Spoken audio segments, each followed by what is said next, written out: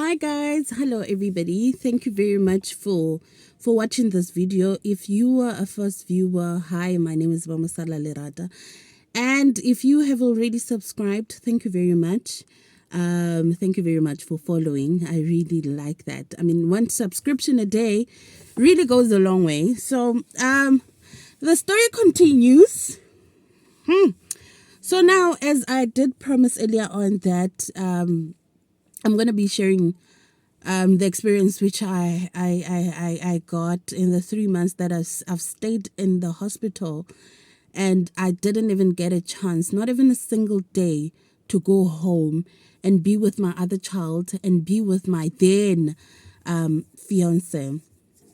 So I couldn't get home. I couldn't sleep in the comfort of my home for 3 full months. And in the 3 months that I was in the hospital, I would not complain about food because I was able to buy, to get myself whatever I wanted. I felt like eating, but it wasn't nice because to a certain extent, even if they bring me home cooked meal, I mean, there's only an hour, the visiting hours. So I couldn't eat. I needed to spend time with my son, with my other son. And when they leave, I would eat. So it wasn't really nice because it was just me. I was all by myself there. And now these kind of things, again, they happen at the time where I was in a phase in my life where I was really trying to find myself. And because of everything that I've been through, it was easier for me to just, to take it all in and man up and woman up, rather. So 3 months in the hospital, it wasn't nice at all. I missed interviews. I couldn't attend anything. I was unable to leave the hospital because I was told that I needed to take care of my son 24/7 in the hospital. And, irrespective of whatever happens, I mean, even if, say, my mom was still alive, even if she would have passed on then, I was not going to be allowed to go see her because I needed to take care of my son, who just couldn't come off oxygen. So even at the time, nobody explained to me that your child, this is what the problem is. So I don't know whether it's a thing of us not really asking the right questions, because every time I would want to ask, they would, the sisters, the nurses, don't reveal much. They would tell you, you need to wait for the doctor, and when the doctor comes. Now, this is the experience, the public hospital. When the doctor comes, there's about 20 to 30 people in the ward and in the room, or what, I'm not sure. But there were a lot of other moms with sick babies, say 15 or 20. I can't remember very well. But there are a whole lot of other people who need answers from the doctor. So the doctor would be very, very brief in everything. And had at the time anybody suggested to me that because of the nature of your child's condition, you actually need to go and see a psychologist while in the hospital, then I think it could have turned out much better. So at the time, my baby's young. He's only about 3 months, 2 months, almost 3 months, getting to the 4th month. He's tiny, he's a baby, and I did not concern myself about when he gets a bit older. No, my focus was him recovering and getting better, getting off oxygen, and I was like, everything else I'll see myself to finish. So there would be times when student doctors would call me and they would actually tell me, you need to come with your child. And I would go with my child, and when I get into those rooms, my son would be lying there in a very cold room because that's how they want the temperature to be like in those rooms. And my son would be lying there with tubes and oxygens and everything else. And they would refer to my son as an it instead of he. And they would be asked questions and they would answer like, no, it won't last for over 3 months. It won't last for over a year because his brain is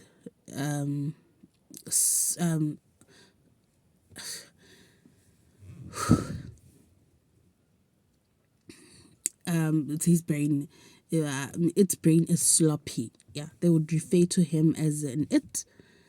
And the only thing which I did, I would just cry.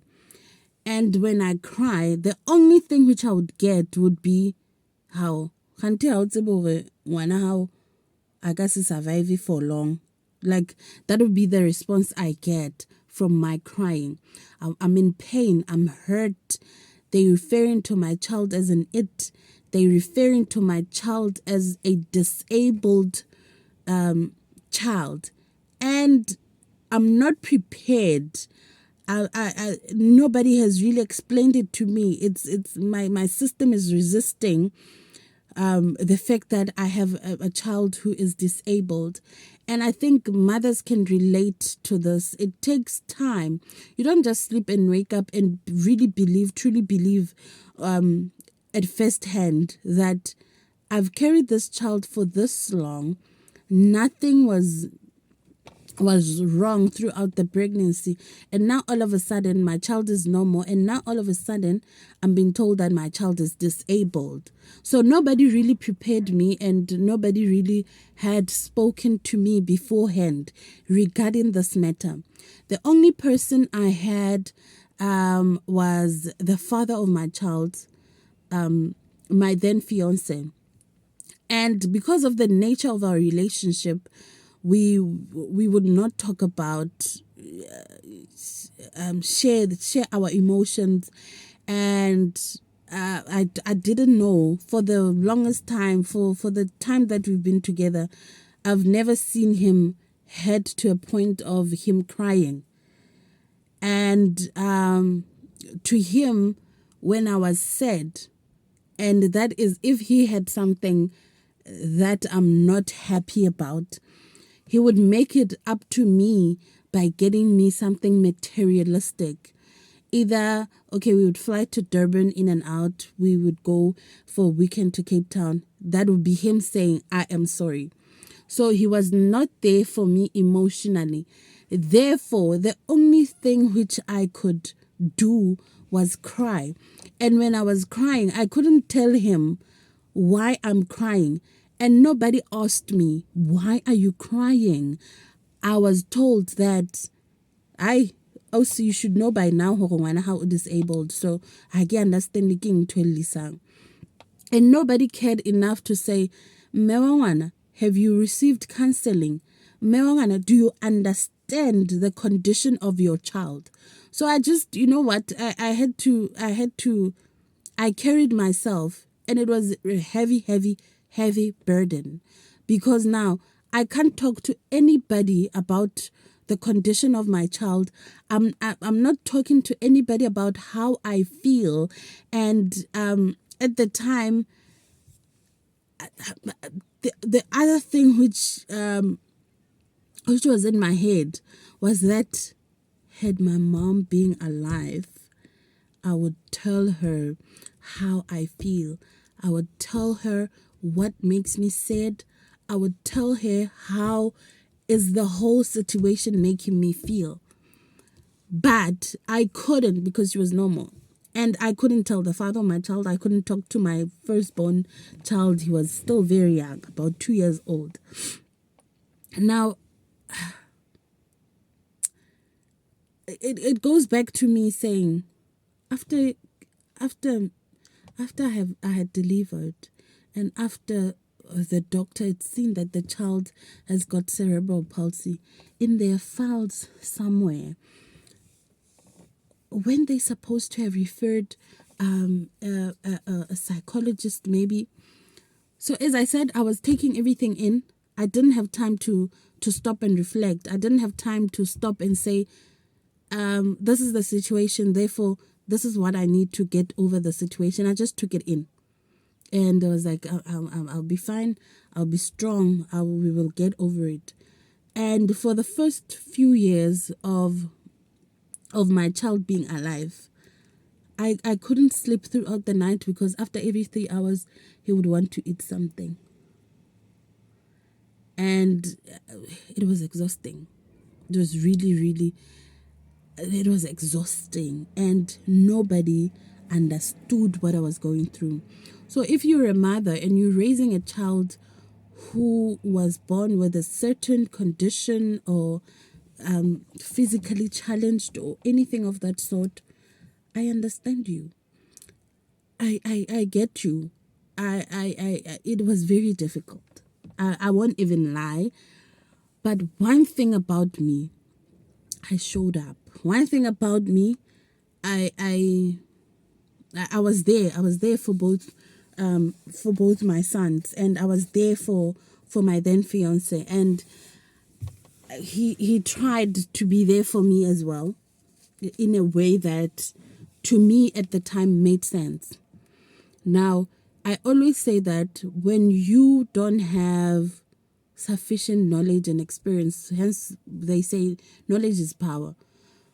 I didn't know anything better than what he offered as a partner.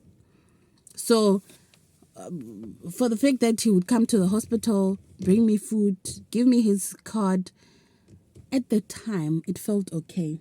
But now when I talk about it, I learned that it wasn't okay. I needed him to be there for me. I needed him to be there for me emotionally. But I didn't know how best to say it, because at the time whatever he did felt right. Only now I'm realizing that I deserved much more than what he was putting on the table. And yeah, so I stayed in the hospital for 3 months, and after 3 months the baby was discharged. I go home, and when I get home it's the same routine. I don't sleep at night. Even now, but now it has toned down. But then I knew after every 3 hours I would feed him when he was 1, when he was 2, when he was 3, until when he was 4. He would get sick every now and then. He would be at home for 2 weeks, and I know the other 2 to 3 weeks we would be in the hospital. That was my life. As young as I was. I mean, I was only 24 at the time when I gave birth to him. And I just took it all in. And I took it all in, but I survived. I survived. I survived an emotionless relationship. I survived having a child with cerebral palsy. I survived. Like I survived. So if you think you will survive. So I'm here to tell the story. I thank God for keeping me. And you know, the nice part about starting this is the fact that I'm able to have other women as well who are sharing what they go through with their kids who are physically challenged. Here's another thing. I had no experience of a child like that in my entire life. So I was in denial. I told myself that he's my baby, and I was like, it's fine if he's not going to develop like any other kids, but God, keep him small. so that I'll be able to put him on my back, and I wouldn't have to explain myself. Here is the other frustrating thing when you have a child who, with a disability. You meet people who have never met, but with such conditions, so they don't understand, they don't get it. At first, I would be very frustrated. I didn't even want people to call my child disabled, because people will be like, "Oh, but when I disabled, put him on the front of the line." That would hurt me. I would go home and I would cry, even though I knew that is my reality. Well, that is the reality with my child. So people don't get it, and then you'd get into a taxi, and then but Habatsafi, like, people don't mind saying, "Ooh, what's that thing? Like, what happened?" That time you are a mother of a child and you are still working on accepting this child as they are, and a person but like, "Ooh, what's that thing? What happened?" And stuff like that. Those are hurtful things. And also, there's a lot that goes around people who are not familiar with such people around them. So we need to understand them, we need to forgive them, and you cannot go around explaining the condition of your child every 2 minutes. It is exhausting. Imagine me having to explain that in the hospital this child was declared dead, and then after that he was rushed to hospital. Imagine that, that takes up a whole lot of energy. So let's forgive them. And also, if you're watching but you have never come across a child or a person who is physically challenged in any way, not even physical, in any way, who is not okay, please breathe and think about what you're going to utter with your mouth, because sometimes it is very hurtful to a person who carries such a baby, and you scream like, but what's that thing? Why alichena? And these are the things that they need to be publicized. Bana disability should be known, should be seen, so that they don't become a shock to the community, to the public. Thank you very much for watching. We'll continue sharing the story on the next video. I want to talk about the relationship I had with the father of my child, how it had started. And I always say that at the time it felt right. Everything felt right. But now that I'm older, I'm seeing that I overlooked a lot of red flags, and I got into it. I don't think it was what I thought it was. And I was just, I overlooked a lot of things. But that's what we're talking about on the next video. Please do subscribe to the channel and like the video. Thank you very much. Until we meet again, goodbye.